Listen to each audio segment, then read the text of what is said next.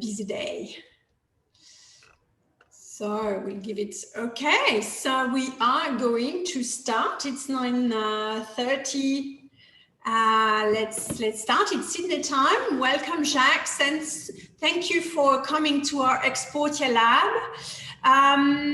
For those who don't know the Exportia lab, and if it's their first time, this is a monthly lab, 30-minute.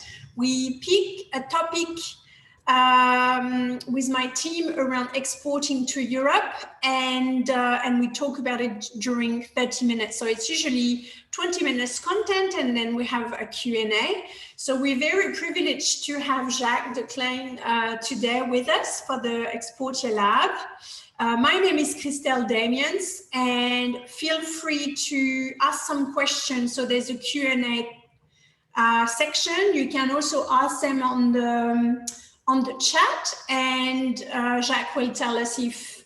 Normally what we do is we will let you, Jacques, do your presentation, and then we'll keep all the questions for the end.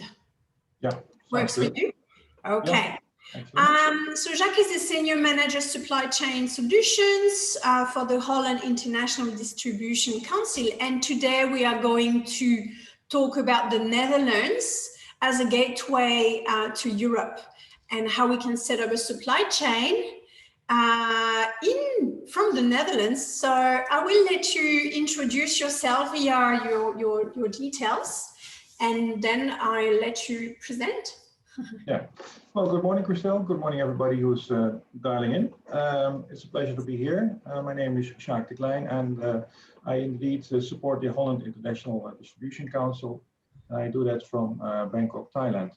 So I support most of the Asia Pacific projects, which we support in terms of making sure that shippers have a good gateway, or the best gateway to Europe, and that means by using Holland as a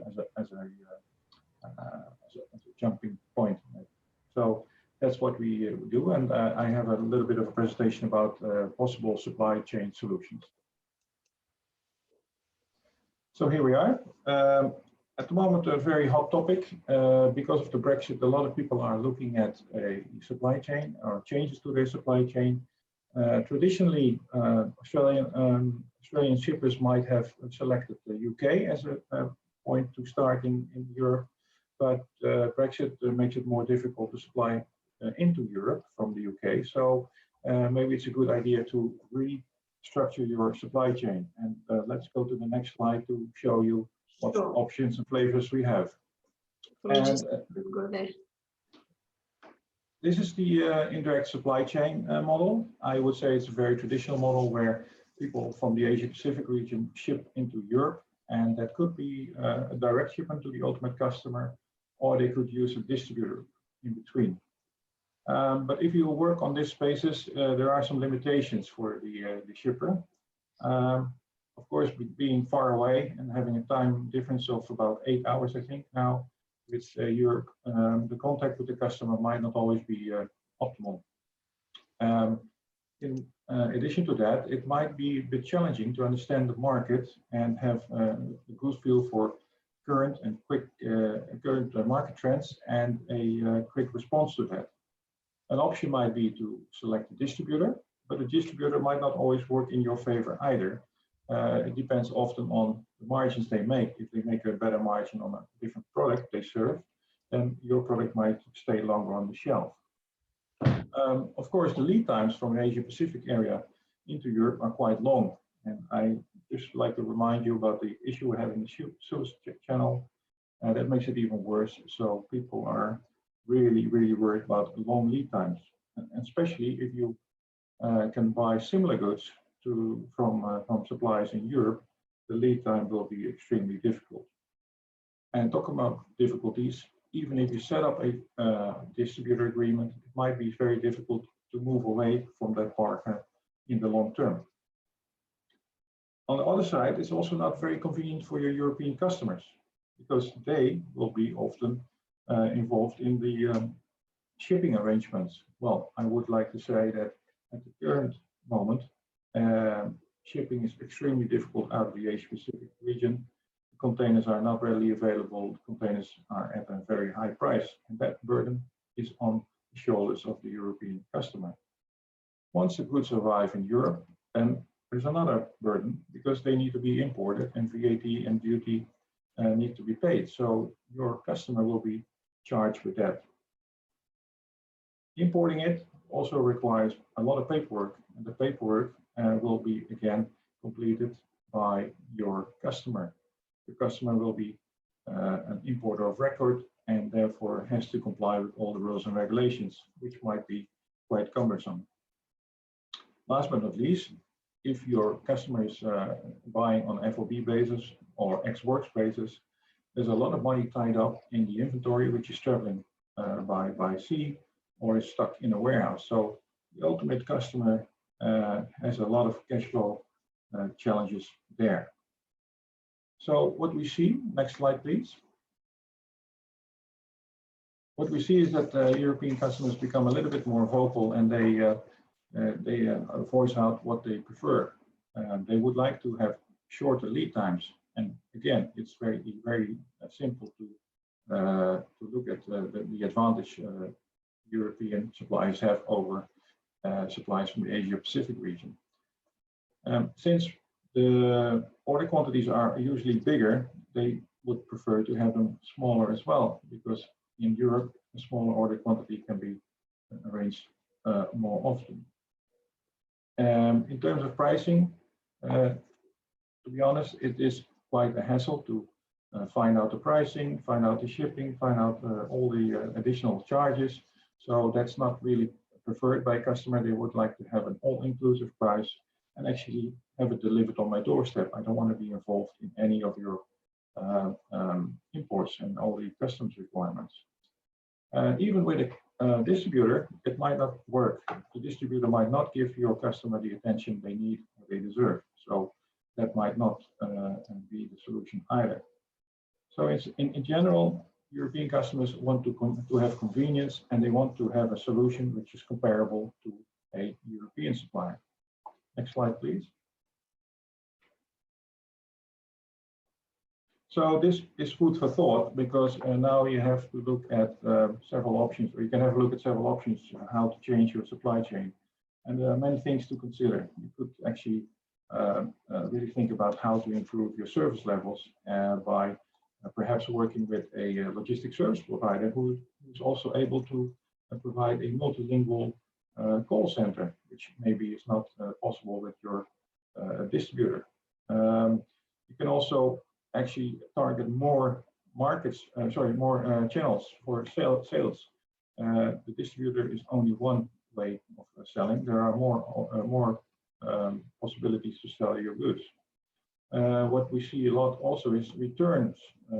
Returns being very expensive to return to the Asia Pacific region. So if you can return them to a logistics service provider who can service them or maintain them, might be a good solution as well. But it comes also with some challenges, because the work done by a distributor is now coming to your shoulders, and you need to make sure you understand the rules and regulations in Europe. For example, a new regulation will be the so-called authorized representative requirement, which means that foreign shippers outside of the EU needs to have an authorized representative in place. So what we would recommend is actually shown on the next slide.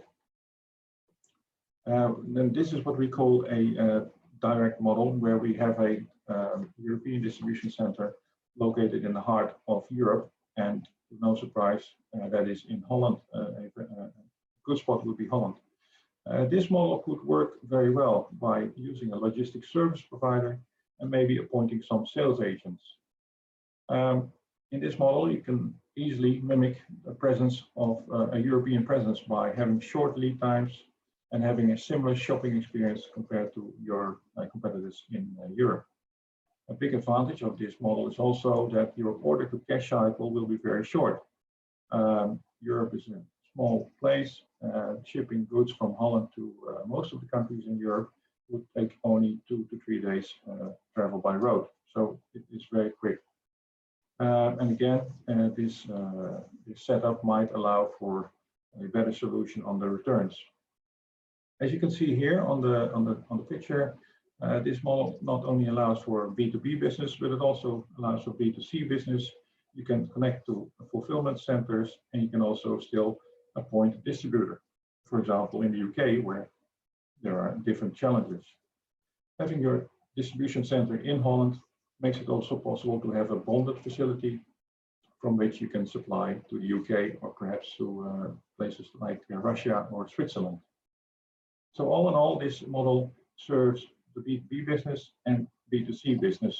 So it's much more attractive than having a fixed model we saw before.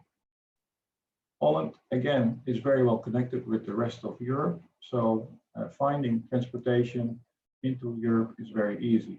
And working with a third-party logistics service provider allows you to piggyback on their line hauls and their consolidated freight rates. So that is very attractive.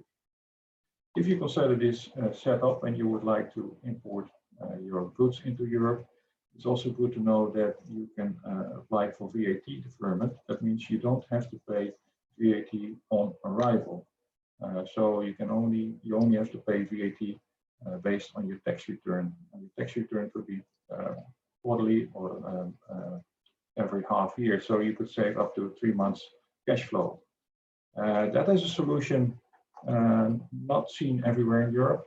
And the good thing is, in Holland, you don't require to set up a legal entity. You can use a fiscal representative to act on your behalf. Next slide, please.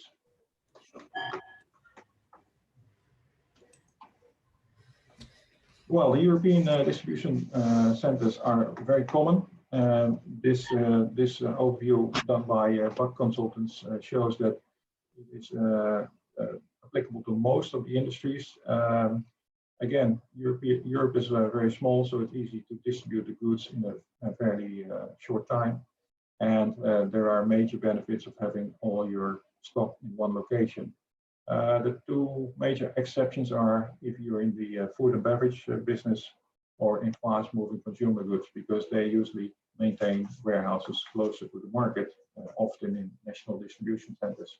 But in the other industries, a European distribution center combined with sales agents is a very innovative and attractive solution to service your customers in Europe. On that note, I am open for any questions. Thank you so much. I think this slide is very interesting as well. To look at the different, machinery and equipment, of course, drop ship because it's larger size equipment and you may drop ship directly to your end user, and then smaller goods.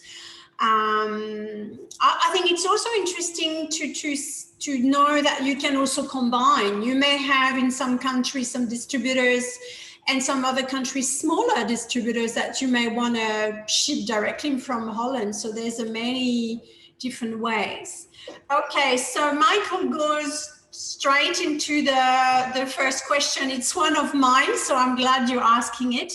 How do we find the right partner, the right logistics supplier to do what we want?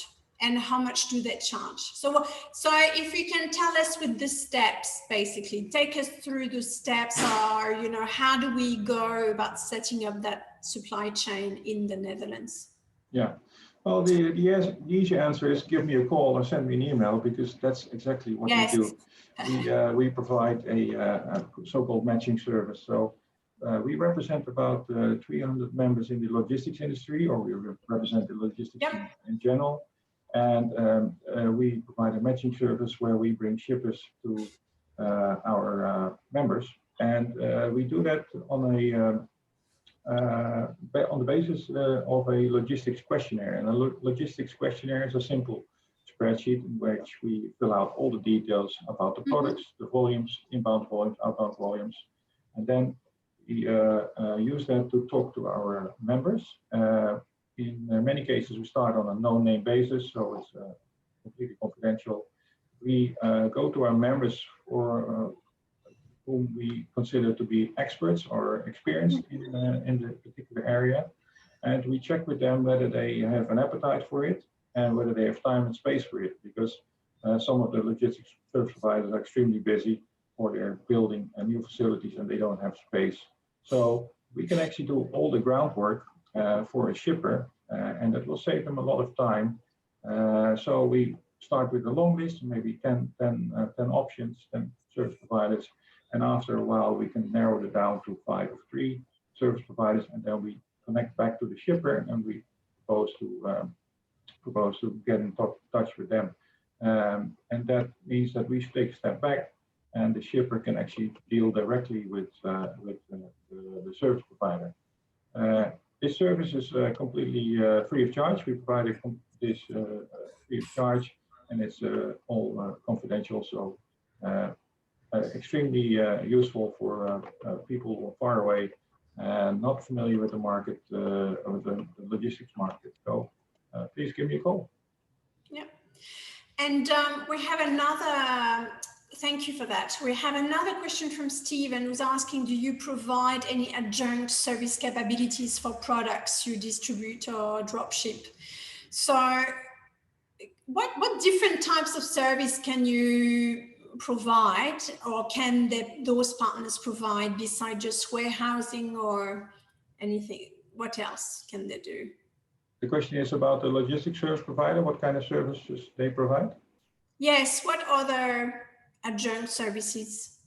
Well, if I look at our member base, we have a mix of small, medium, and large enterprises, but also the global players are a member of us. And yeah, the range of services is immense. It's everything from e-fulfillment, support in fiscal representation, like I mentioned before, that they will take care of the paperwork on imports, value-added services, for example. Our members could have a bonded warehouse where they do some activities about changing power cables for the UK. They have different power cables, so to change the power cables while the goods are stored under bond, they can still perform some activities or upload new software or things like that. There's a range of services, and that's why we prefer to find the service provider who comes closest to your needs, and that's done by looking carefully at the logistics questionnaire. So have you had, so that's what Stephen meant, you know, is there a possibility to have a repair and maintenance service established there? Is there any, have you seen that before? Yeah, there's many service providers who offer that returns or disposal facilities. Yeah, there's some experts there. Also on-site installation. All these services are available. So yeah, that's very common. And even call centers. Some of our members have call centers where they speak multiple languages to service the whole of Europe. So there's a lot of the logistics service provider is quite well equipped to handle any of your needs. Yeah. We have a question from Paul. Are there any government inducements for establishing a direct service model in Europe, in Holland? Sorry, is there any incentive? Well, like I mentioned, the incentive might be that you take advantage of the VAT deferment scheme in Holland. As mentioned, you don't have to pay your VAT on the moment you import the goods into Europe, which is not always available in other countries in Europe. I think the incentive is also, for example, the fact that customs in Holland is very pro-business, so they're very efficient.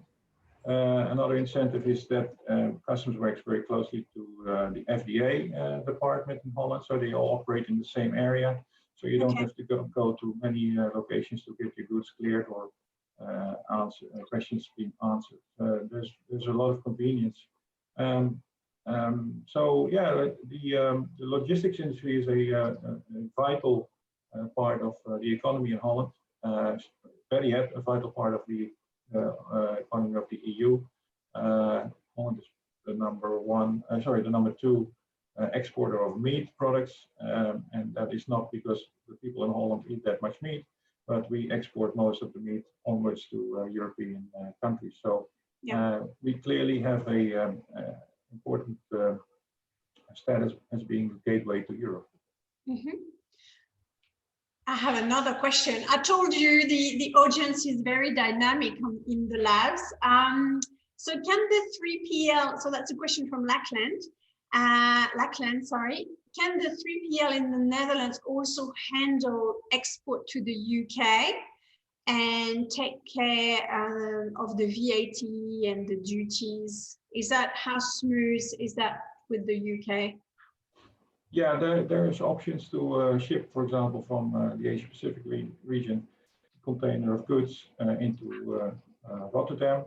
And keep in mind, Rotterdam is often the first port of call for container ships out of the Asia Pacific region. So that's the first port they will reach before they go to places like Bremen or Hamburg. So once the container reaches Rotterdam, you can actually split the cargo and you forward on the bond material to UK.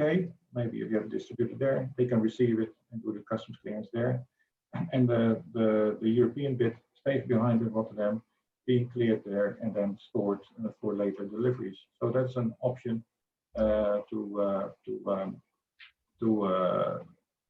onward your freight from inbound freight. But there's also an option to store goods under bond. So maybe at a later point you want to ship it to UK, and that's all possible. There are facilities to support that.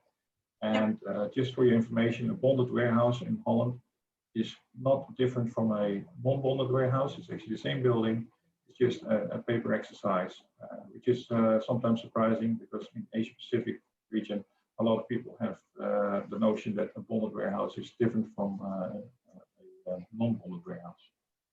Okay. And there's a question from Michael. So regarding the cost, I mean, charging, how would you compare, planning for the margin of a distributor to the cost of having a European distribution center? What cost do you need to plan for? Well, that's a good question. It's always difficult to answer, but I would say it's mainly driven by the volume.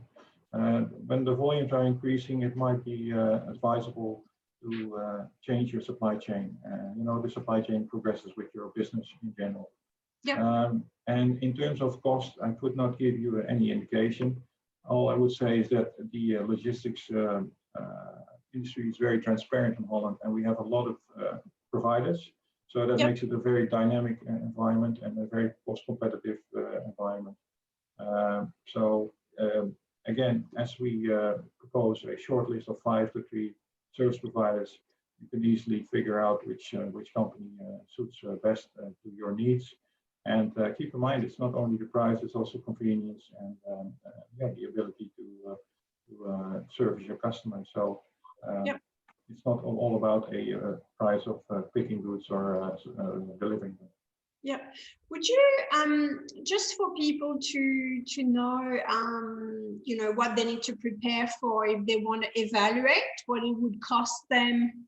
I think it's an interesting exercise to see, how much would it cost me to have a European distribution center in comparison to my current distributors, and how can I study that? So in your questionnaire, and would the lab audience, can they have access to the questionnaire? Is that available online?